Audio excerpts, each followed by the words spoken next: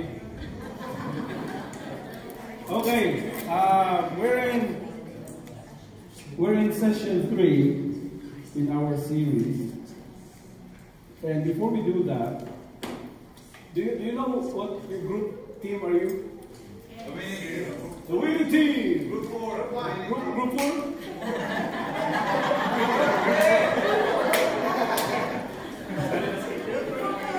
Group 2? Yes. Okay, if you know your team, we're gonna have a Bible trivia. Okay, the fastest that can answer my question, it will add to your team's score.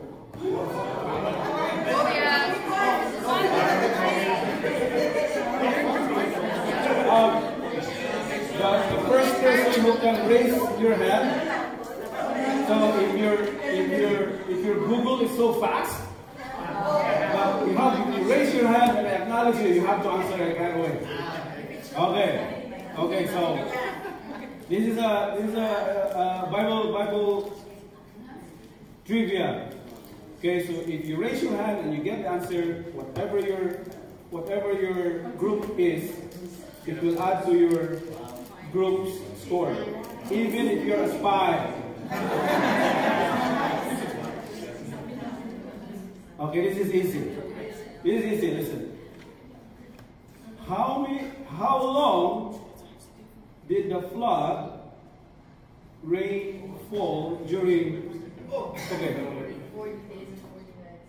40 days and 40 nights? Yeah.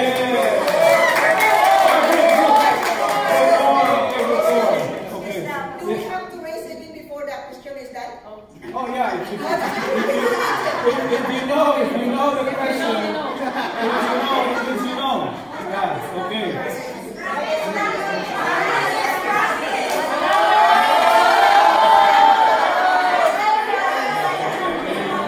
You're so competitive. That's okay. It's only 1 point. Okay, this one here. Okay. How old was Joseph when his brethren sold him into slavery? 12. No. 17. 17! There you go. What team? Group 3.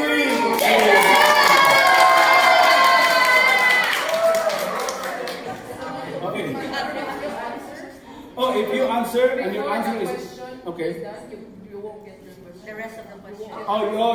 If you raise your hand, I'm not going to finish the question. Right? That means you already know. Yes.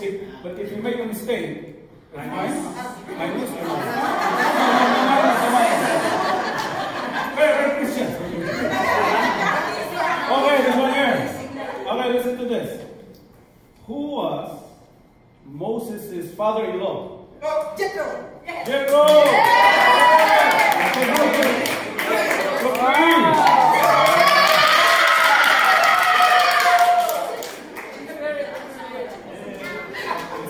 Group 1.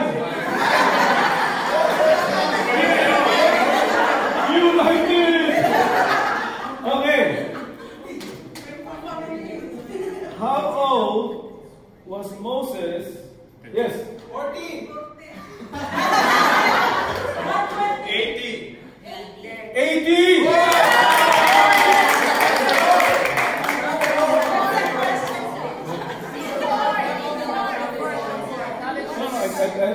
I acknowledge Joseph. What team? 4. Winning team. Group 1? Group 4. Group 4, the winning team. Okay, this is good. What was the height of Goliath? In other words, how giant was Okay, it has to be in cubits and in span. How many cubits and how many span? Yes. 4 cubits in a span. No. Group 1. Group 1. Come on.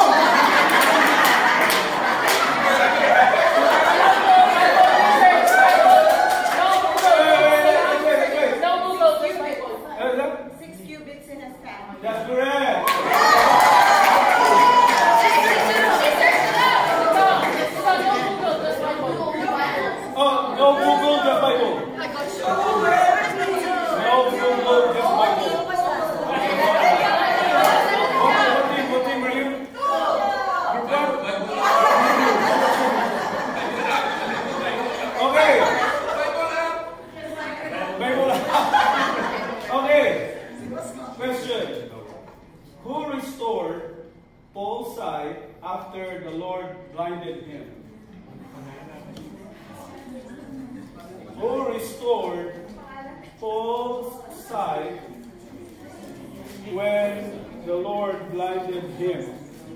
Yes. Ananias.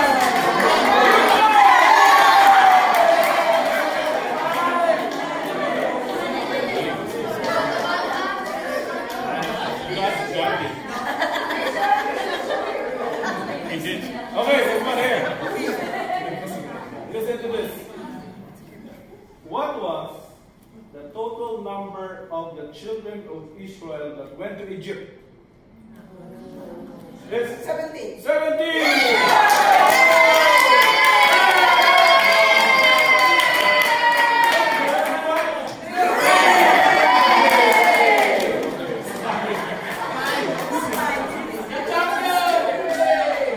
Spaya ka to, spaya.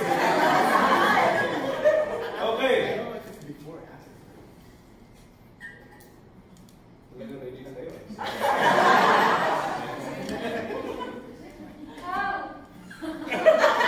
Group 1. Spaya, spaya. Okay, so here. What was our Savior's last command to his disciples?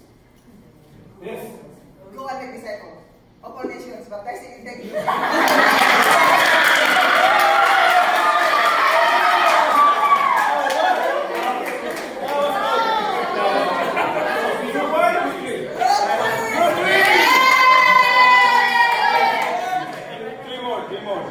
Okay, sino ba walang mag-score? Group 1. Group 1! Group 1 and 2, no score. Group 1 sa kanil. Group 2, you don't have any score yet? Group 1. This is the race to the last. Okay, this one here. Ooh, wow. Hard. 2 points. Very difficult. Okay, this one here. What city was taken and burned with 12,000 women and children? Gomorrah. No. Yes. Yes. No. Jericho. No. Ah? No. In the book of Joshua.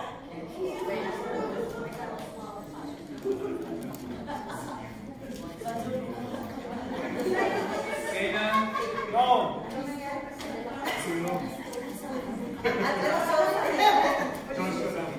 In the book of Joshua. Yes. AI.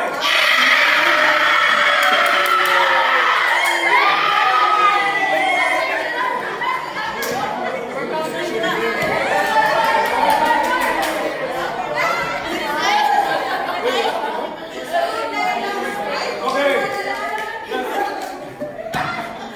By the way, the game master said they're also counting the team spirit. So please.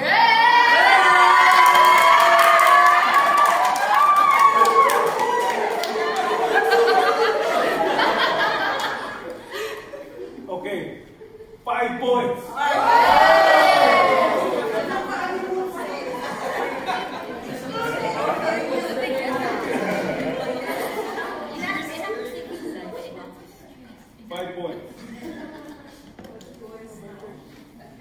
What was the Garden of Eden guarded with to prevent future access to the family, to the tree of life? The flaming sword. Flaming sword? That's it. Cherubim.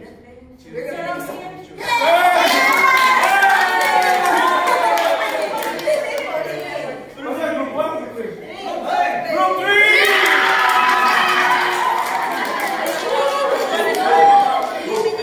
No more master sword.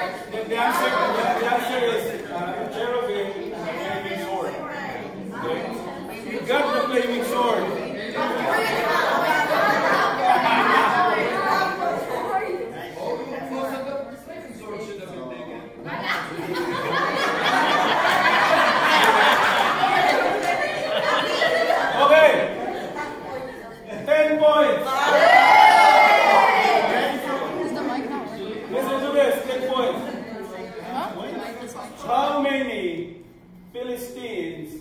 did Samson slay with a jawbone?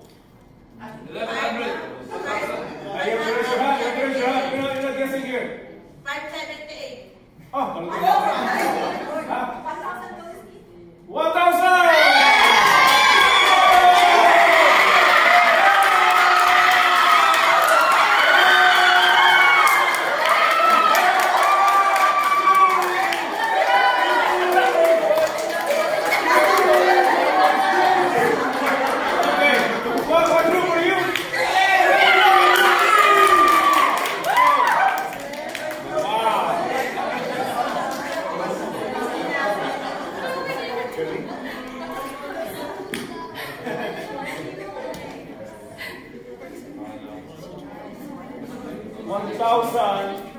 Philistines.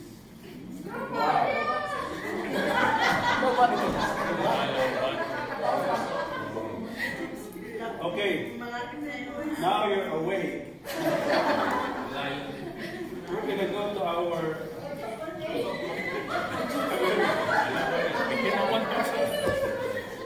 third lesson. Welcome again, once again, to those who just joined us to our Family Camp 2025. And we're going to study, we started yesterday, last night, and this morning, then we're going to continue on today with session 3. Let's read Deuteronomy 6:7. 1, 2, 3, go.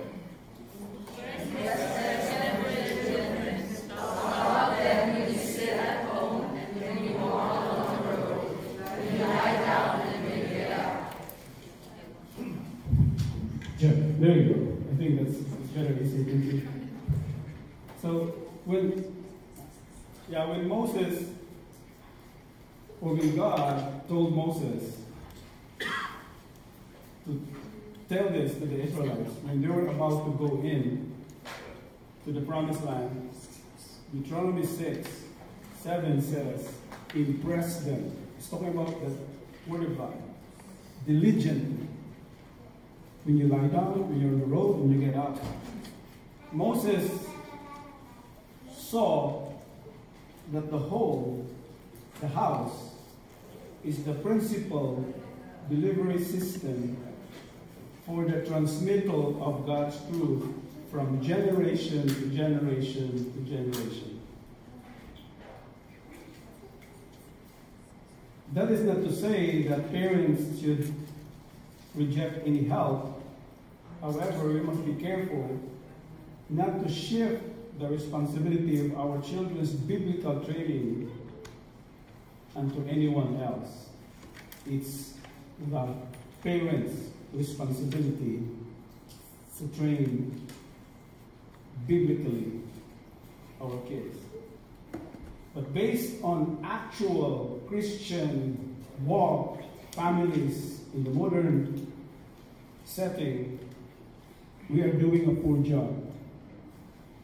The study of youth and religion done by Christian Smith, he said, we are doing a poor job of raising our children in the discipline and instruction of the Lord.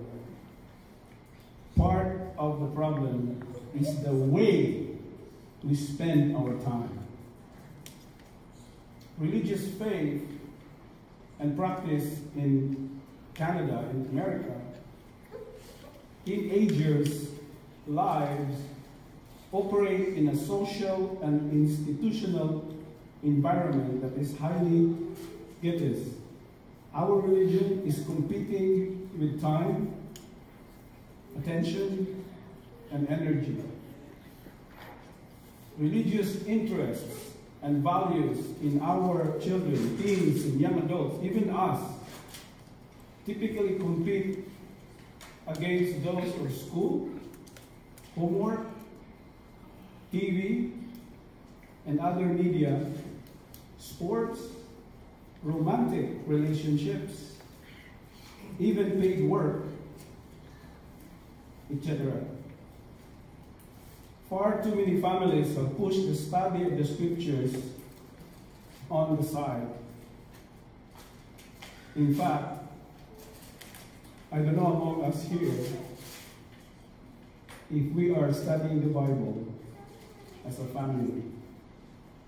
Many religious teams in the US and Canada appear to engage in few religious practices, such as prayer and Bible study. This is what the survey said. Even basic practices like regular reading of the Bible and personal prayer seems clearly associated with stronger and deeper faith commitment among youth. We suspect that youth educators and ministers will not get far with youth, in other words, unless regular and intentional religious practices become an important part of their larger faith formation. What he's saying is that youth educators, like youth leaders, pastors, ministers, will not get far. So don't ever think that because you send your child to Sunday schools, you send your child to SYC, you send your child every Friday on a Friday fellowship, that is enough. No. We simply cannot fail to give our children the basic tools that they need, and expect the professionals like the youth leaders, young adult leaders, pastors, youth pastors, Sunday school teachers, and they will get the job for us as parents. We need to assume our responsibility as parents. Now imagine if you get a promotion, like your boss calls you, hey, congratulations, you have been promoted to another level in your workplace. How would you respond? Would you say, sir, thank you, but I think I'm not up to that task? Or will you say, thank you, sir, I will do my best? I think most of us would welcome the challenge and rise to the occasion of this new position that's offered to us.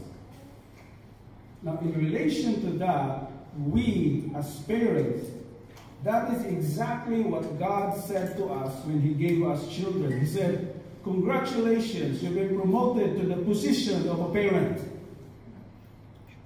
That means that everything God requires of parents is part of your new job description. Up to this point, you have two choices. You either say, thank you, God, but I think you made a mistake.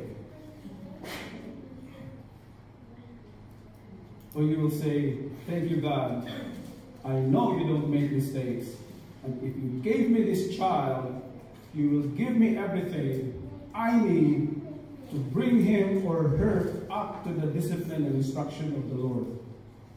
It's the same. God blessed us children, and He knew that we are capable of raising the child. There's no such thing as accident in the economy of God. God gave you that child, and He has a purpose. And He knows that you are able to bring the child up. Don't give up that responsibility. I remember with my sister, she's in Vancouver now. They had two kids, two girls, and the youngest at the time was already like 11, and they get a third child. Like the gap was so big, and they got a third girl. And one of their like advisors told them that, you know what, God knew that you can only raise girls. When I look back in my life, when I got two girls, I said, let's not look for another girl or another boy. God knew that we can only raise two kids. Teaching is the best teacher. All we really need to do is to teach our children. We have to be a step away or a step ahead of them. Sometimes this is scary when you're given the assignment to teach your children about the Bible, but it is doable. Some parents think that they don't have enough Bible knowledge to teach their children. Now, that should not be true. Because if you know how to read, you must be able to teach your children. God has given us everything that we need. We don't have to be trained in the seminary. We don't have to be a professional theologian to read the Bible and talk about what it means. God would not have given us the responsibility unless He knew we could not handle it. God has given us the Bible in a very understandable form. We don't have to break codes. We don't have to solve riddles in order to understand the basic teaching of God's Word. God's Word is so easy to understand. The role of the home in teaching the Bible, what I'm trying to say here is we parents, grandparents maybe, are responsible for teaching our kids. Contrary to the common knowledge, the home, not the church, was entrusted to be the primary teaching, to have the primary teaching responsibility for our children about the Bible.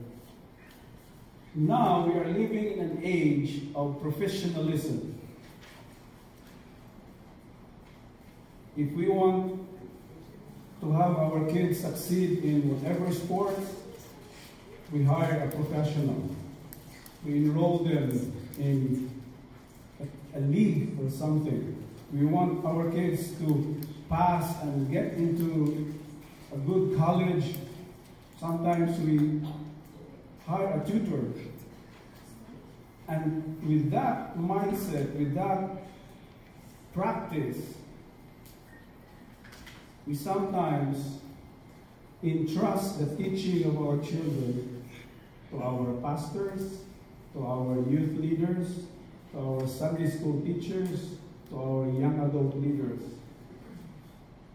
Now, there's nothing wrong with having our children to succeed. There's nothing wrong to seek help as well. However, we should not fail. We should not give up the responsibility of us parents to teach our children.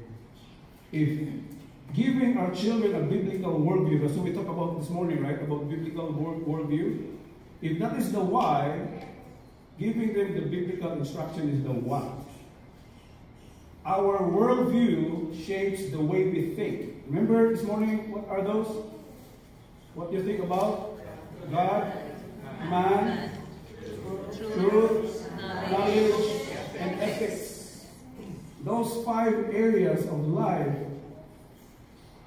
we need to shape the mindset of our children based on those. Otherwise, when they go out there, when they go into the world, they will go into their default, which is based on the secular world. They have to have this biblical world view. Here's some home training basics.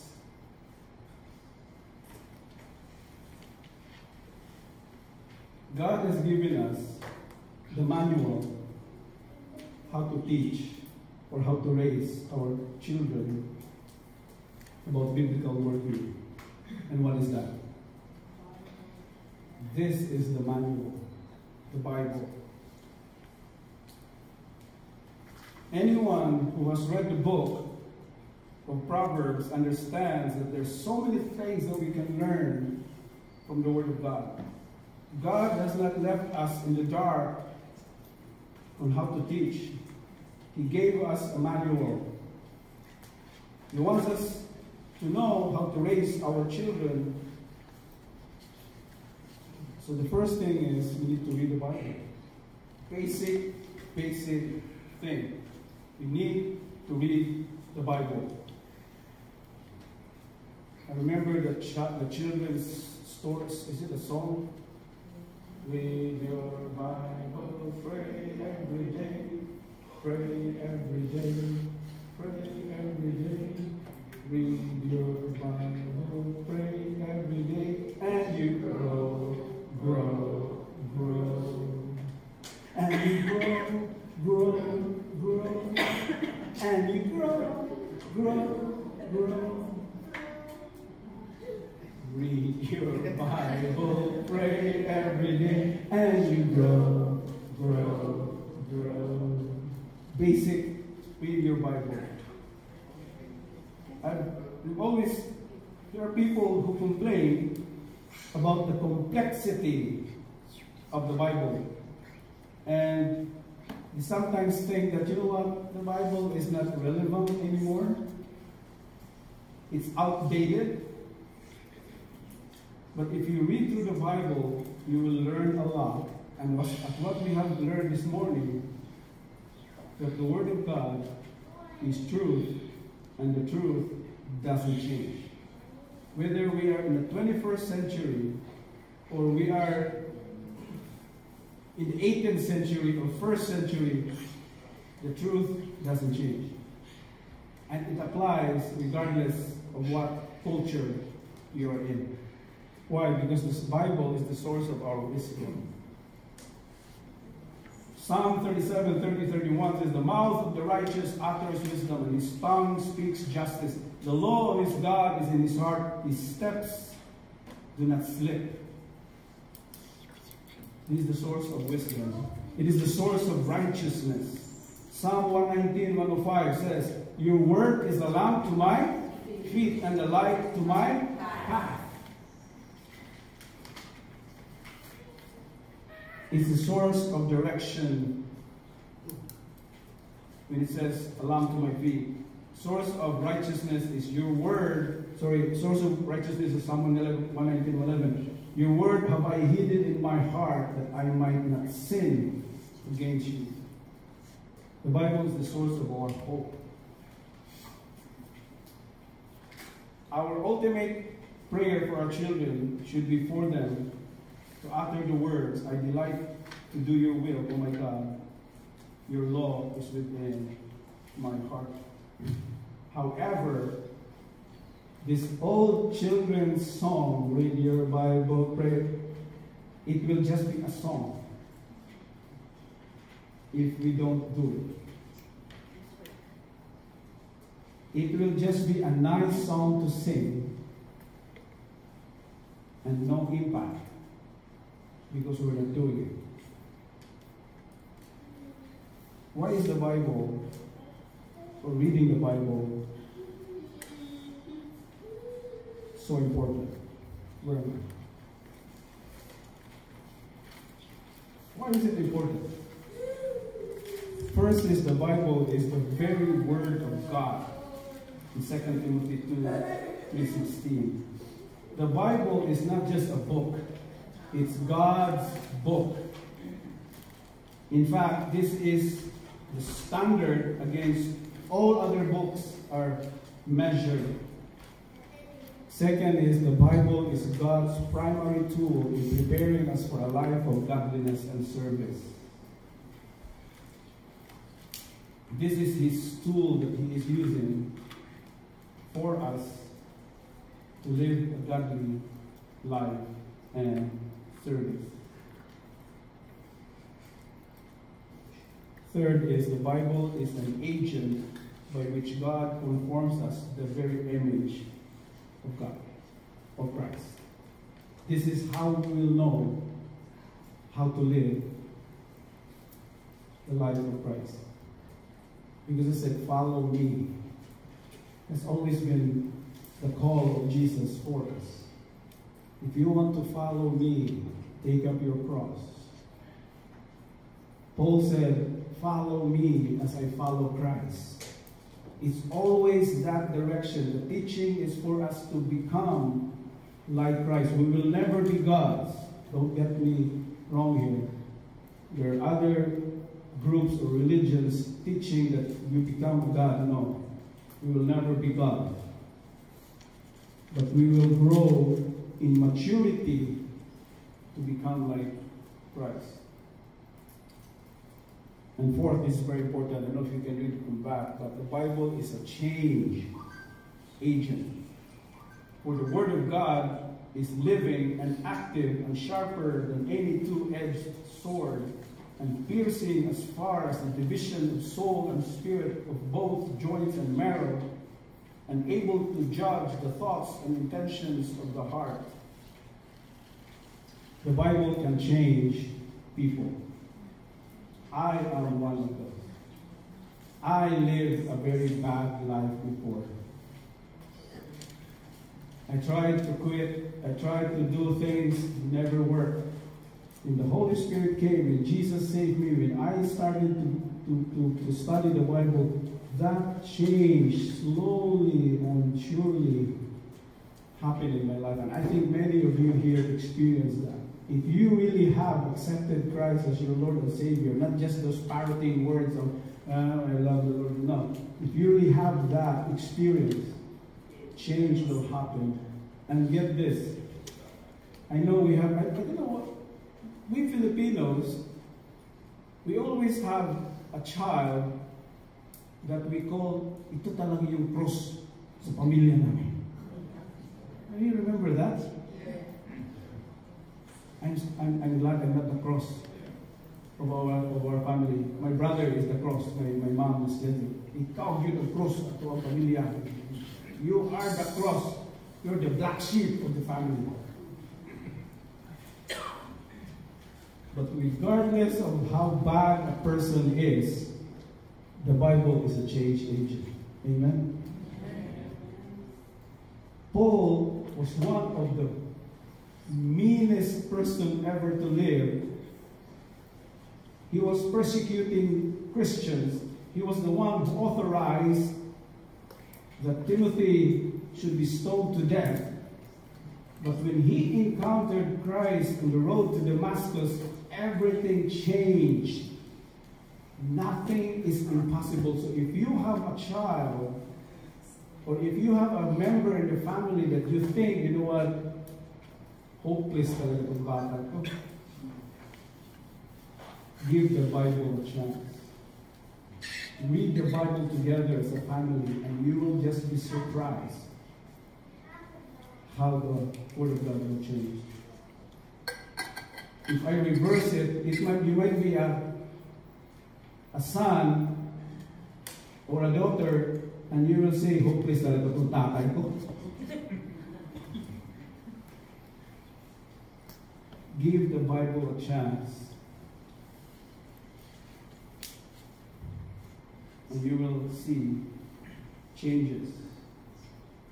Reading and memorizing Scripture has incredible development of children. So if you have small kids, have them memorize verses. Like, I didn't grow in a Christian family, but I observed, like, Grace's family, they memorize verses. Cebuano kayo. And it became, when I became a Christian, that was one of the things that I learned from our pastor. You have to memorize verses. So, in the family with my sister, I used to live in their house. I was the one who created the verses. I still remember the very first memory verse we got, Hebrews 13. And I put it, everybody memorizes that verse for the whole week. Then we go to the next, we go to the next. The one that we're doing now in Growing in Christ, we memorize these verses, right? Those who have gone through Growing in Christ. It's very, very important, because once it's in there, it will stick. It will get to be reminded, it will remind us. And get this, children our kids, especially small kids, they're like a computer that's like fresh from the shop. They're like a sponge. They will just absorb anything. And get this, garbage in, garbage out. If we fill their hearts, their minds, with the Word of God, it will stay in their hearts.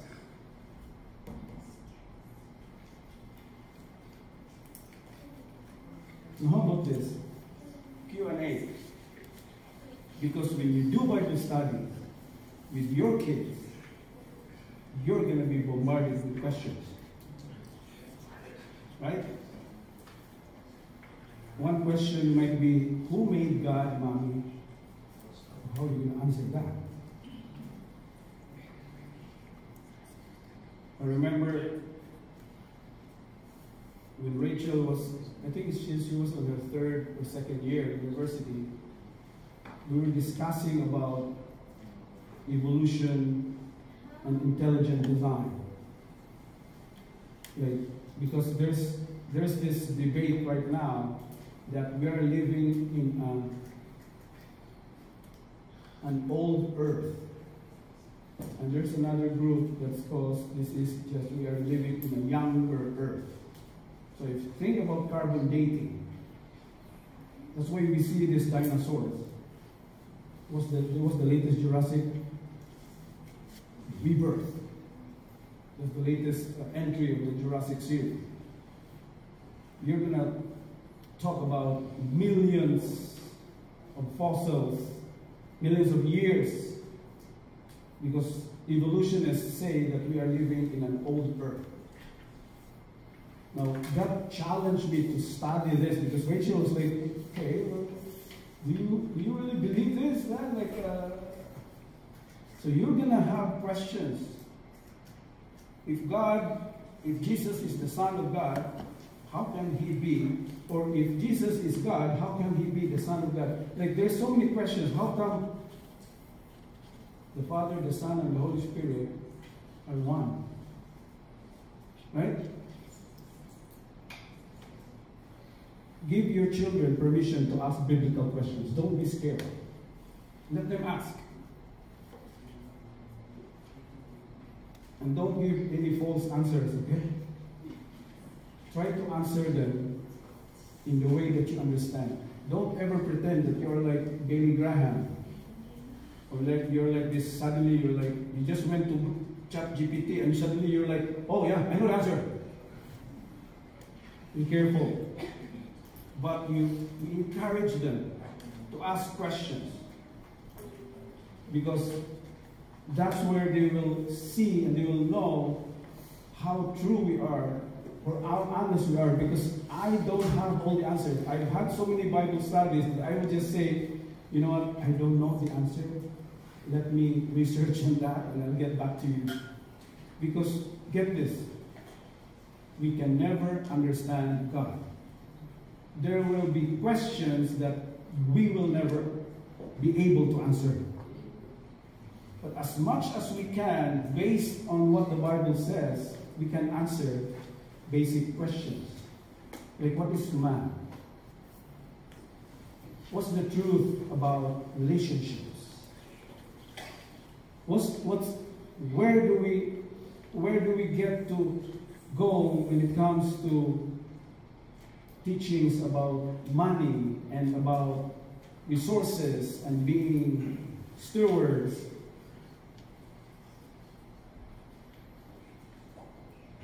Validate your child's honest biblical questions. You can say, you know what, that's a great question, but you know what, I don't know the answer yet. But focus on things that you can answer. You don't have to be the expert in this book. And the more you actually read the Word of God, the more you will understand, the more you will open up, God will open up basic Christian truths. Answer your child's biblical questions. If you can, answer them. If you know the answer, of course. But when we study the Word of God, when we read the Word of God, let's say you are in the book of John.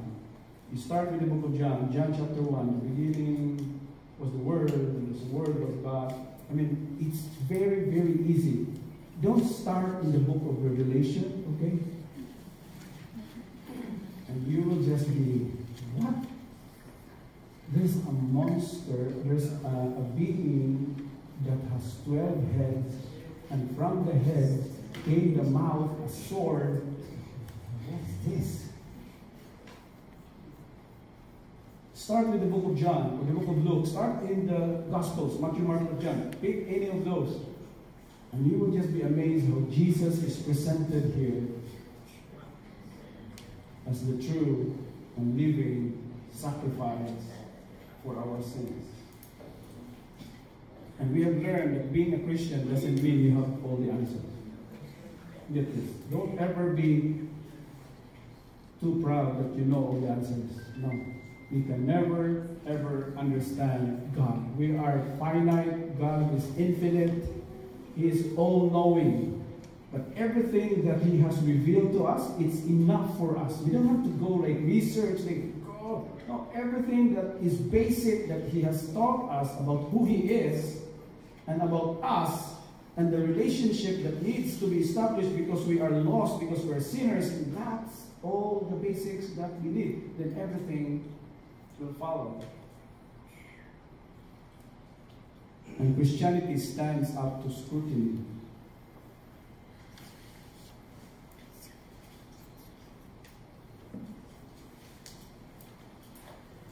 There are so many, I don't know if you've watched there was a movie about this journalist where he researched about the death of Jesus Christ.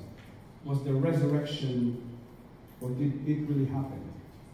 And he was an atheist.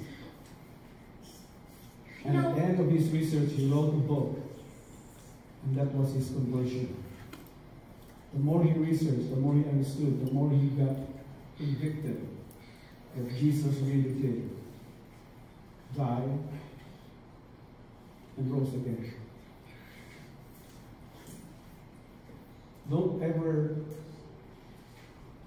think about the book that we are studying, the religion that we are following, or Jesus whom we are following is a hoax. This is no fake news. This is the truth.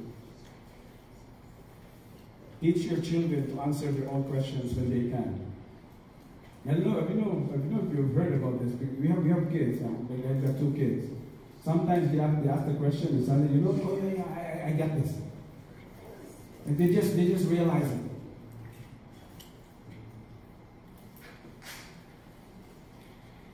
Because our kids are not dumb. Get this. They can read, they can understand. Let them read the Word of God. And God will give them the answers to themselves. So the activity that I did earlier, that's what we call it a big Bible trivia or a Bible drill. You can tell who among us here have been reading the Bible. Group 3! You can tell that they have been fed by the Word of God throughout their lives. And we're not bragging of anybody here. We're not lifting anyone here. But the challenge is for us to read the Bible. Any one of us here doesn't have his or her own Bible. Raise your hand. Wala lang. So I expect you to read your own Bible. Or maybe you did not raise your hand enough and you go to the bookstore later on Monday. The challenge is every single member of the family has to have his or her own Bible.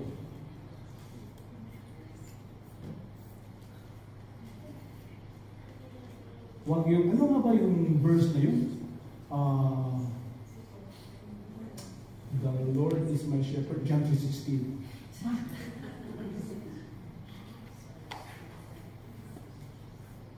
Make a commitment to read through a book in the Bible with your family over the next week. Is that a challenge? Okay? It's a challenge. With your family, not just you. Okay? I know school is back, but if we take priority in the Word of God, find time, maybe in the morning or the evening, gather your family together. Okay, let's read through the book of John, chapter 1. And it takes, they said, to have a habit, to make it a habit, you have to do it 30 days straight. Then it becomes a habit. 30 days. Once you get through 30 days, it's like anything. Like you practice, you go what do you call this, keto diet, or whatever this fasting, what is this fasting? Intermittent fasting, right? You have to be consistent. Like we were joking earlier with our group. Our group 1 is 3rd, but we are consistently 3rd. At least we're consistent.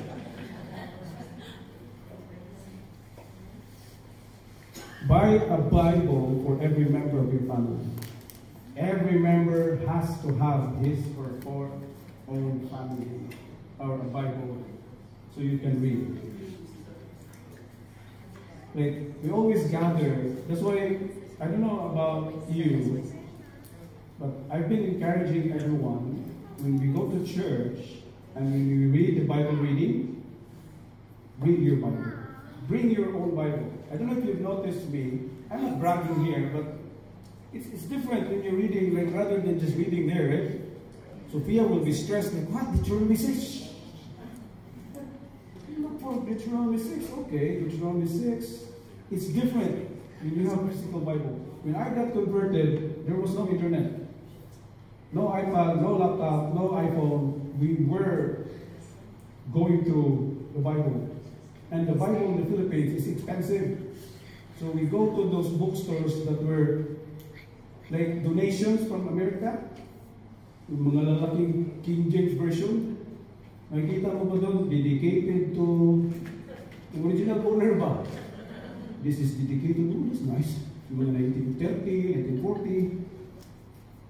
It's different when you have a physical Bible. I can still picture where the verse is. It's different. Right? If you have an app, you know where it is, but you can still, okay, yeah, I think Psalm 23 is somewhere here, somewhere in the middle. Right? Encourage you to read, buy your own Bible, physical Bible, please. This is cheap. Not very cheap, but you have to invest. $60. Yeah, Amazon. Right? Or you can go to, what's this? The book? Indigo. And you will be the only one who will be lining up, buying the Bible. Like all the rest are buying like home cooking, mga how to whatever DIYs, and you're like bringing a Bible. I'm just kidding. I'm not kidding here, but buy your own Bible, okay? And once you have established a habit of reading the Bible, try to find a family devotional or a short family Bible study you can go through as a family. So try to go back the old devotionals with your family, because tayo ngayon, we're so busy, we do our own. Right? Iba-iba yung shift, halos hindi na tayo magkita, sticky na lang, goodbye, see you tomorrow. Or text na lang. Find some time to gather as a family. Make this a commitment. And you read the Bible together. Let's pray. Lord, we thank you for your word. Thank you, God, for this challenge that you have given us. That as families, as fathers, as husbands, wives, mothers, that we will lead our families in reading in studying and we pray. In Jesus' name we pray.